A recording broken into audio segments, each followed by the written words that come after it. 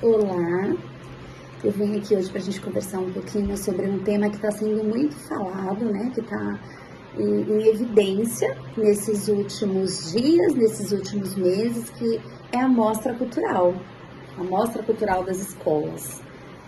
Eu tenho fui visitar algumas mostras em algumas escolas e realmente é encantador. A gente fica ali horas e horas apreciando os percursos de aprendizagem das crianças, olhando as pastas de documentações, conversando com os educadores e a gente realmente não vê a hora passar. Então a gente faz muita reflexão quando a gente vai visitar uma mostra, porque a gente faz um viés, né? A gente vai costurando ali com as nossas práticas, com as nossas vivências na nossa escola e também a gente vai se inspirando e fazer tudo isso e se reverberando em práticas que cada vez mais tenham sentidos. E tem uma pergunta que as pessoas me fazem muito e eu ouvi muito nos últimos dias. Inclusive uma pessoa muito querida gostaria de ter agendado comigo uma live a respeito das mostras, porém não foi possível por conta da correria de final de ano, mas nós vamos planejar para o início do ano que vem uma outra temática. Bom, então as pessoas me perguntam muito como é que se faz, como é que se organiza uma mostra cultural. Então as mostras, como vocês sabem muito bem, geralmente acontecem no término do primeiro semestre ou no término do segundo semestre, onde vai finalizando aí o ano letivo. Mas isso é muito relativo, porque cada escola tem a sua maneira de trabalhar e pode organizar o seu calendário à sua maneira. Mas o que eu queria trazer para vocês é para a gente refletir um pouquinho sobre o que as mostras representam e qual a sua importância para a escola da infância. Pensar nessas possibilidades de comunicação, de comunicar os percursos de aprendizagem das crianças. Quando pensamos na mostra, nessa mostra cultural, entendemos que queremos tornar visível algo para a comunidade escolar, que são os percursos, as experiências vividas de um determinado período, o que as crianças pesquisaram, o que as crianças descobriram, quais foram as boas perguntas das crianças e do professor, que perguntas foram essas que percorreram esses processos de investigação, enfim, o que fizeram e como fizeram. Outro ponto importante quando pensamos na realização da mostra cultural, da mostra de arte, as pessoas acabam colocando diversos nomes, mas é realmente uma mostra que possa evidenciar os percursos de aprendizagem das crianças. Então, um ponto importante para a gente pensar é a questão das concepções que norteiam o trabalho dessa instituição, dessa escola da infância. Então, quais são as concepções que norteiam o planejamento desse professor? Quais são os fundamentos da proposta pedagógica?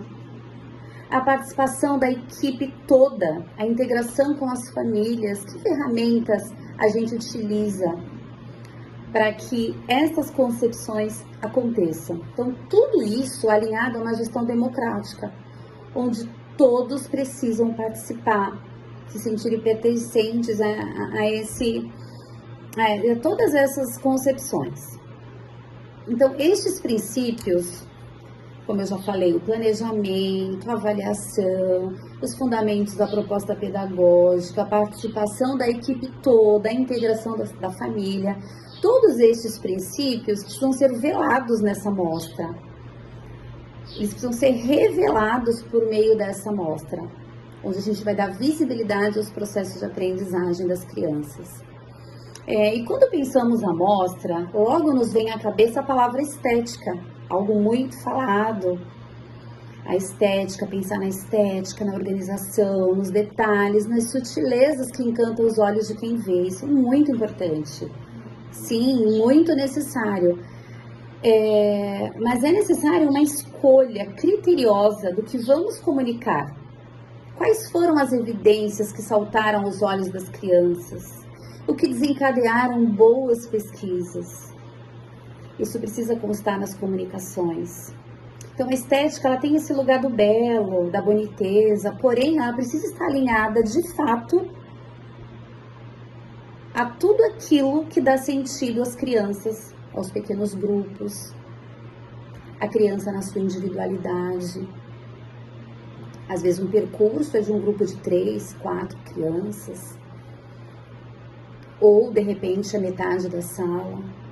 Ou de repente uma ou duas crianças estão investigando algo que precisa ser sustentado. E isso precisa estar comunicado, se caso foi uma escolha desse educador. E claro, no dia de se comunicar os processos, ou seja, no dia da amostra em si, é preciso muita intencionalidade de como ir incorporando as produções das crianças. Não pode ser de forma aleatória, é preciso toda uma estratégia, uma organização, uma sequência. Essa recepção, né, a gente vai receber as famílias, receber a comunidade educativa. Essa recepção, ela precisa estar imbuída, de fato, em explicar às famílias do que se trata cada tipo de comunicação. E eu vou dizer uma coisa, as crianças fazem isso com muita maestria.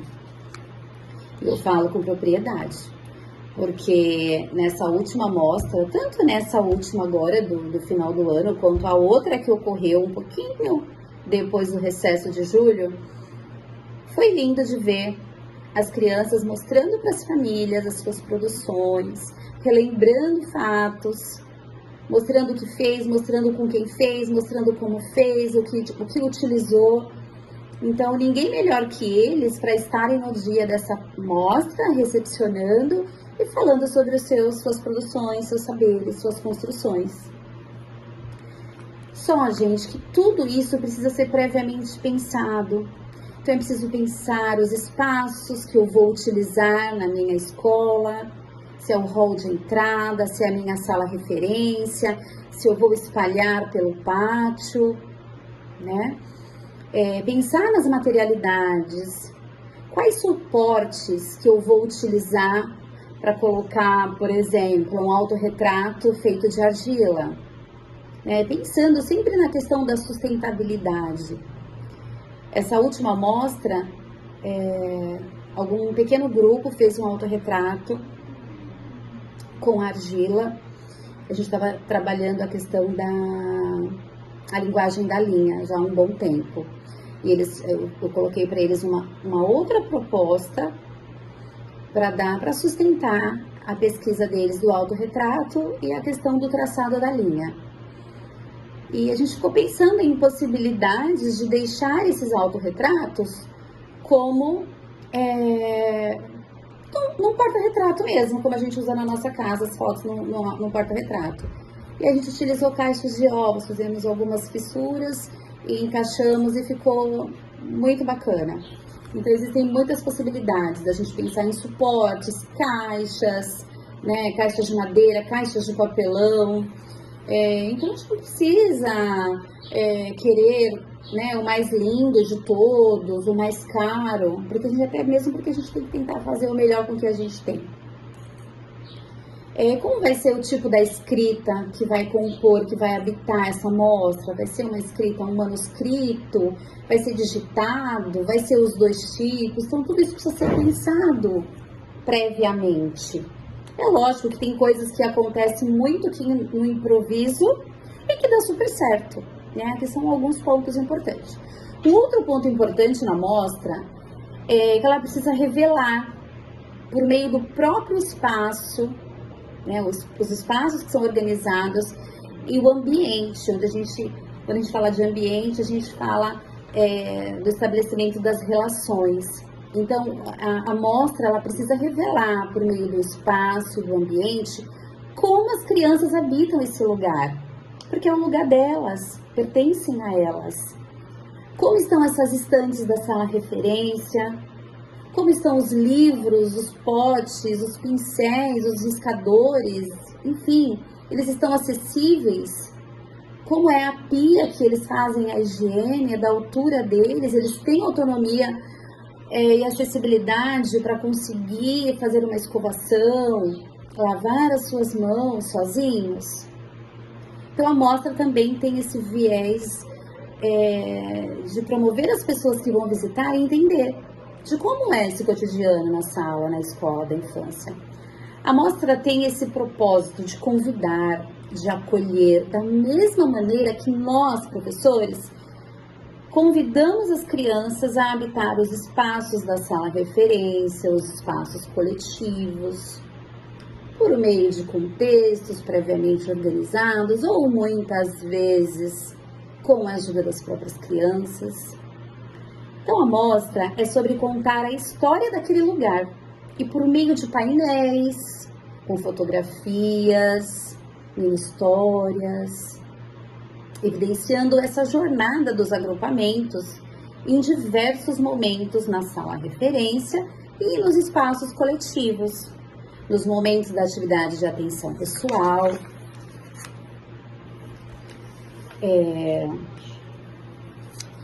os encontros com as famílias também podem estar sendo visíveis nessa mostra, né? Os encontros que ocorreram durante o ano, no semestre, os encontros com as famílias também é bem bacana de registrar em fotografias, escrever alguma narrativa que possa melhor explicar as imagens, não deixar apenas fotos aleatórias.